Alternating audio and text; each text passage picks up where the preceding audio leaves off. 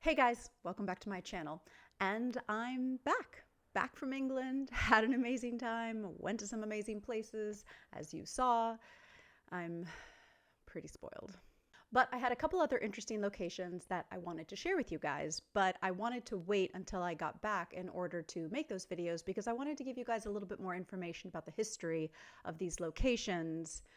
And also I wanted to be able to enjoy my vacation and not just be making videos. So I had to put a pause on it. But today I wanted to show you two of my favorite historical churches in London. Well, technically one is a former church and one is a cathedral, but let's go back to London Marion and have her explain. Give us a little intro, London Marion. Hey guys, welcome to London.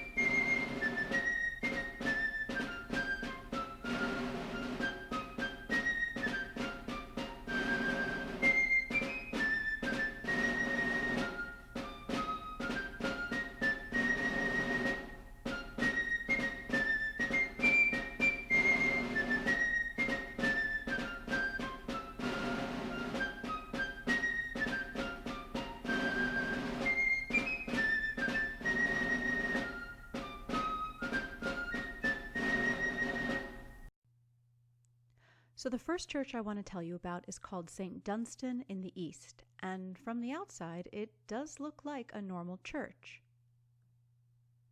However, when you step around the corner and go inside, you can see what makes this church a former church. St. Dunstan's in the East was bombed during the Blitz in 1941, and all that remains of her today is the tower and the steeple, both of which were designed by Christopher Wren in the late 17th century.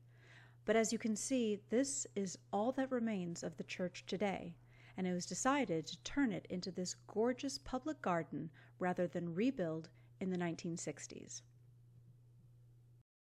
And if you come to visit St. Dunstan's, don't forget your costume.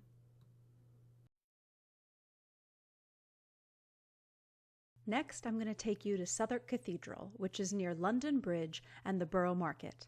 This cathedral, with its current layout, has been in this spot since the 13th century, and though it's had many restorations since then and a few different names, it has been a place for worship for more than 1,000 years.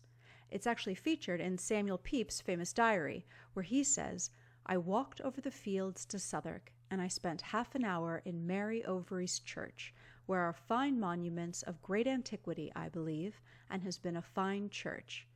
This cathedral has survived a lot, from the dissolution of the monasteries to a royal wedding, King James I of Scotland, and even stood as a stage for many of those involved in the theatres of Shakespeare's day. In fact, Edmund Shakespeare, William Shakespeare's brother, was buried here and said to be a bell ringer at Southwark Cathedral." Southwark became a cathedral in 1905 and serves a population of over 2.5 million people within London. And that's it for the history lesson today. Thank you so much for watching, guys. I just really wanted to share with you two of my favorite places in London. Please let me know in the comments below what your favorite place in London is, if you've been lucky enough to have gone, or if you haven't, what's a favorite place in London that you would love to go if you ever got the chance. I'm hoping that we will be back to science content in the next couple of weeks after I catch up on a bunch of sleep. And as always, I will see you guys in the next video.